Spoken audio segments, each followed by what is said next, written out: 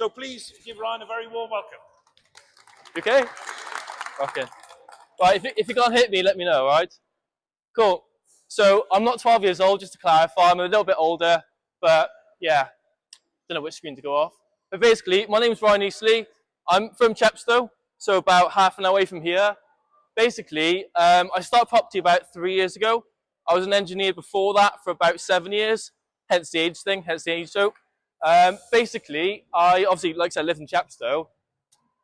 When I first started in property, I didn't know anything. I wanted to get into it, but I didn't know how, I didn't know what avenue, I didn't have any direction with what I was doing. And to be honest with you, I had no business knowledge, I had no experience in general. I was totally blind to it, but I wanted to get into it somehow. Literally, I went into it blind. I knew I needed education first. I had to get education to find out what I actually wanted to get into. So I went with Progressive. I got a mentor straight away. I kind of figured I needed to get a mentorship to have direction, to actually figure out what I wanted to do. I literally realized that in the first 12 months, I didn't like it, but I had to make every mistake in the book, in my opinion, to realize the strategy I want to get into, to realize how I can help people and how to build a business in property. Because my goal from day one was to literally build my portfolio. Good thinking. But I actually also wanted to source alongside it to help people alongside it, if that makes sense. So I went into it blind, had a mentor, but I had no budgeting. I had no kind of direction with stuff. And I basically made every mistake in the book, like I said. I also lost a lot of money because, well, I say lost a lot of money. I invested a lot of money into myself. So obviously I invested money into the mentorship, into the program, but yeah, it wasn't really figuring out in that sense. First 4 months lost loads of money, but I've made all the mistakes in the book. After a year's time, it really started to pick up then. I found my strategy, I found what was working, but it was a painful first 12 months, hence the elaboration on that.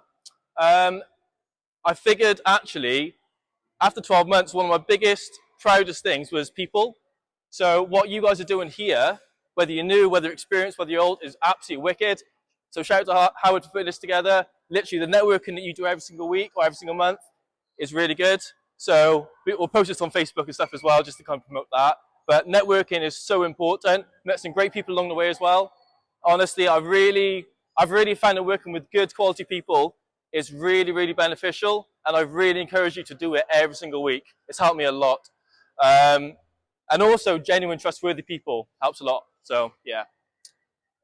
So, after 12 months, learning the mistakes, learning kind of what strategy I wanted to get into, I knew sourcing was something I wanted to get into, but I didn't know how to raise funds. I didn't know how to basically do my end goal, my eventual goal of raising the finance and doing it that way.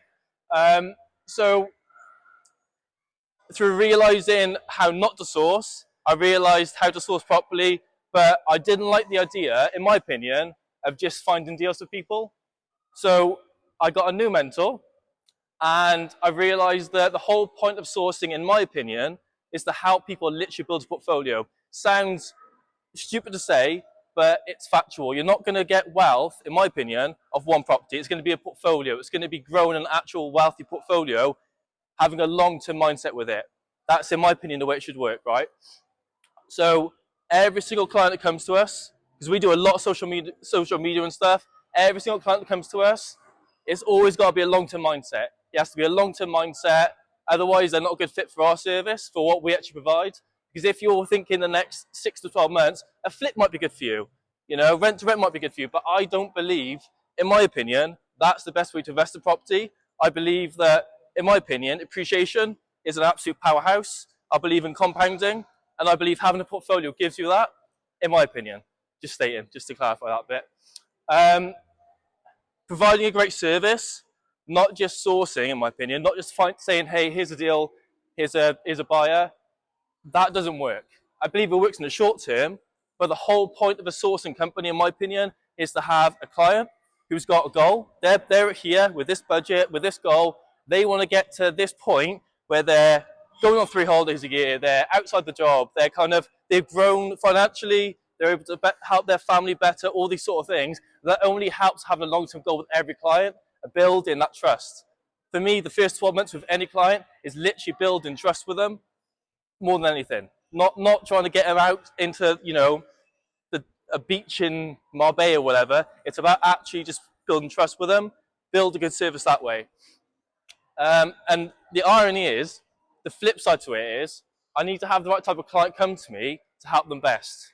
So I would say one of the proudest things I've got is figuring out what we actually provide as a niche, having a super niche service, and that comes to actually feeding the right type of client. So having the right type of client can actually fill that void and allow us to help them best, if that makes sense.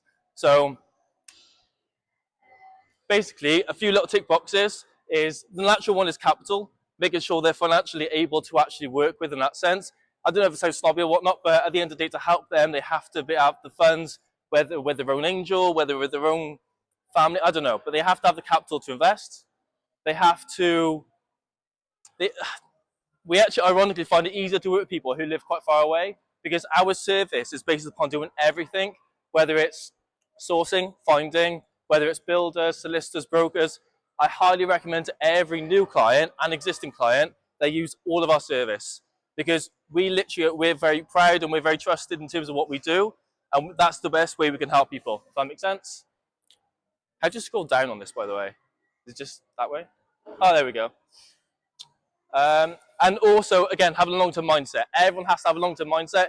If someone comes up to us and says, hey, I want to build a portfolio and I want to be, earning 3K within 12 months, sorry, but we can't help you because they're going to have short-term expectations. They're not going to think about the long-term benefit. If there's a market issue, if it flips from a buyer's market to a seller's market, that's going to completely change what they want, and then we can't help them.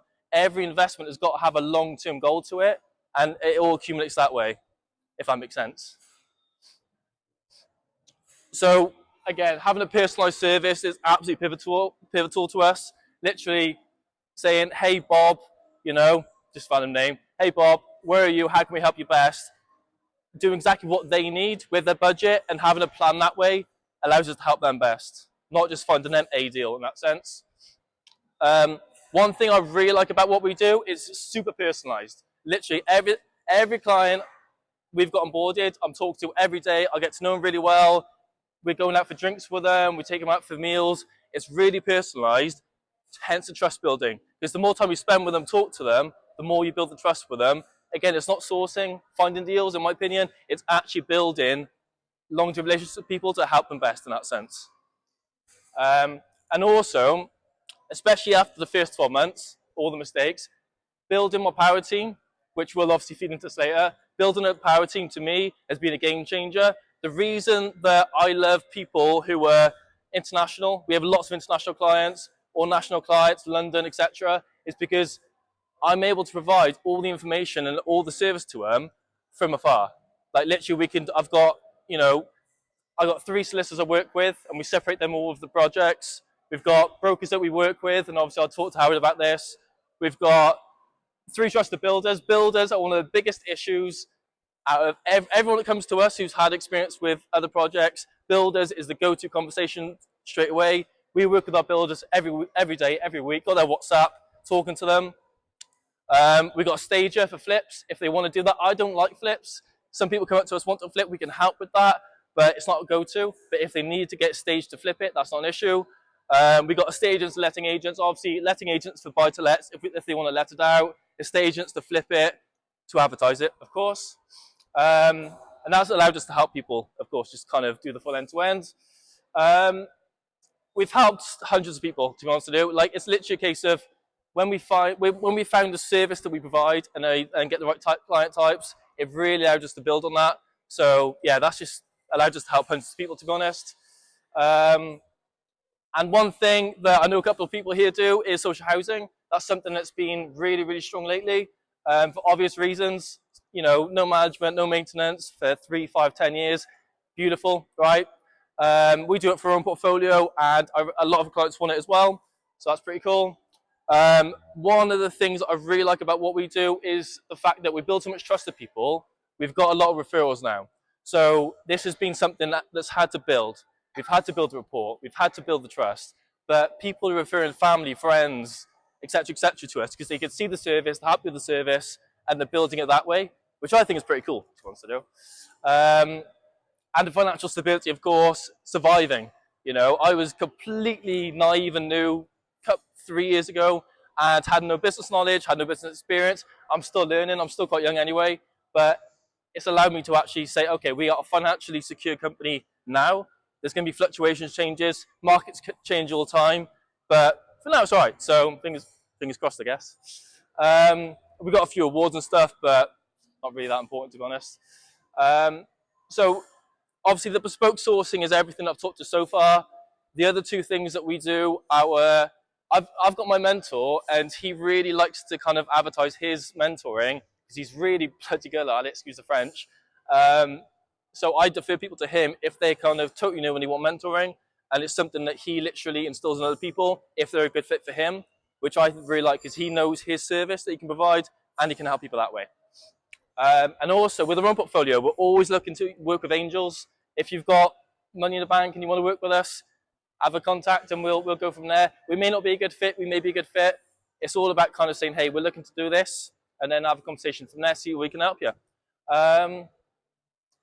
Yeah, and obviously that feeds on to growing our own portfolio. We do a lot of social media. A lot of social media. It's really helped us connect with a lot of people, and we raise a lot of finance that way, which has been pretty cool. Really happy with that. So yeah, we're looking to. We've done, this year we've got a commercial to residential conversion we're doing. We got 2 HMOs we're doing. A couple of JVs with vendors, and the point is we're trying to always build our own. So if you want to work with us on our own portfolio, get in contact and we can go from there as well. Yeah, just elaborating on that, literally, that's our goals moving forward. Scale up the sourcing. We're going to start employing this year to get the team really built up, get it all in-house as well. So again, when we're not just saying, hey, here's a solicitor, here's a broker, etc., get them in-house, especially builders, get them in-house, and then we can build on from there. I'm a big traveler, by the way. I love traveling the world, and one thing I love is I can work from my phone.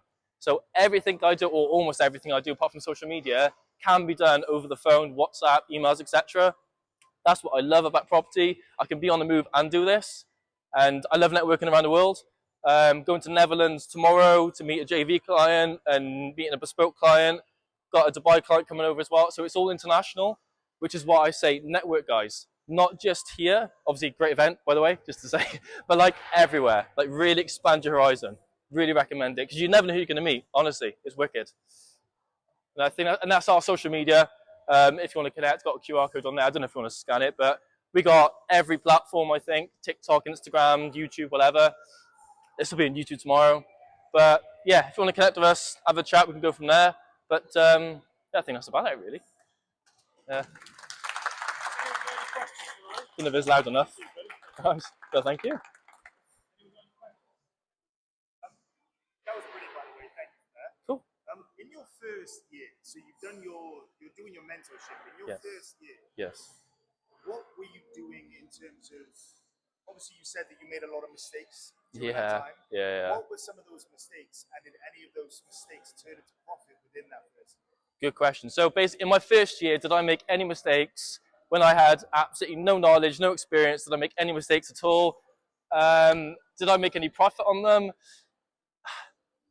You always remember your first deal, right? You always remember your first deal. And I remember sitting there, my girlfriend was sat next to me, and this was after 9 months of nothing. So I paid for a mentorship, I had everything laid out, and I was working my ass off every day. I quit my job after 6 months of doing this because I realized that I wasn't going to learn enough, in my opinion, doing this part-time. I genuinely didn't believe that. Worked in the evenings. It took at least 6 months for me to get the courage up, but I knew that the learning only came from implementing it, going after it. I don't know individual mistakes. I've annoyed a lot of people. I've kind of wound a lot of people up.